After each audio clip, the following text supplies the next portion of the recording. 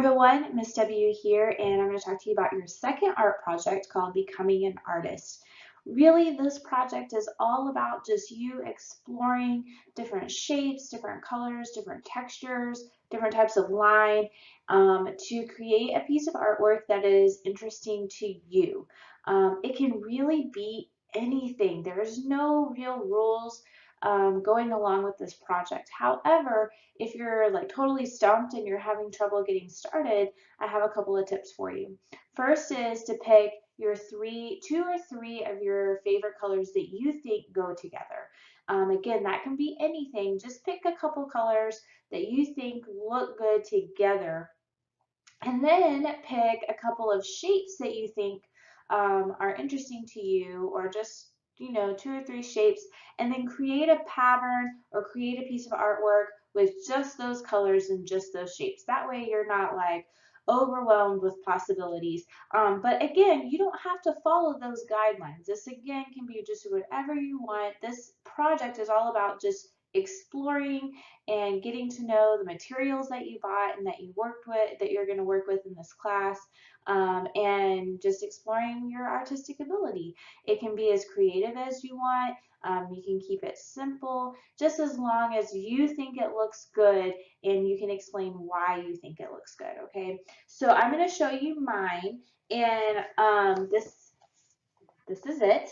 A couple of things about what I did here is I stuck to three colors that I thought looked good together. I actually wanted this color in the background to be more purple because that's my favorite, but my marker came out blue. So just kind of be aware that sometimes that happens, but I still thought that it looked well. It looked good with the kind of pink color and the teal color that I used. And so this is what I did. I used circles and I used squares and I used rectangles, and I just arranged them in a fun pattern that I thought looked good.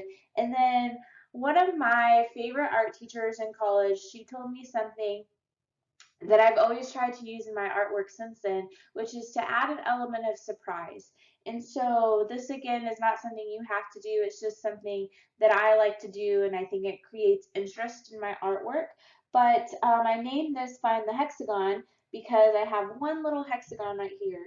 And I chose a hexagon because that's my daughter's favorite shape. And so this has some meaning to me, and I think that she would really like this piece of artwork because I could show it to her and ask her to find the hexagon and she could look for it. And so this is it. I hope these tips help you. Again, yours doesn't have to look anything like mine, and I hope it doesn't because I want it to come from your creativity. But you can use those tips or not. A couple of things here. I would like you guys to fill up the whole page if you can.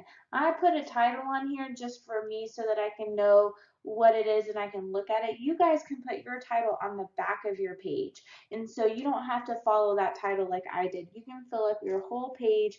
You can use more than just markers. You can use your map colors. Try to create some texture.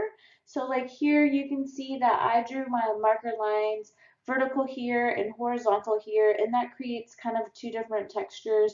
Here I did circles in the background with my markers, and that creates kind of a texture as well. But if you want to create like an actual texture, you can use sand, you can use macaroni noodles. There's lots of opportunity to explore here. So just have fun with this project, and enjoy and make a piece of artwork that looks interesting to you, and make sure you can explain why.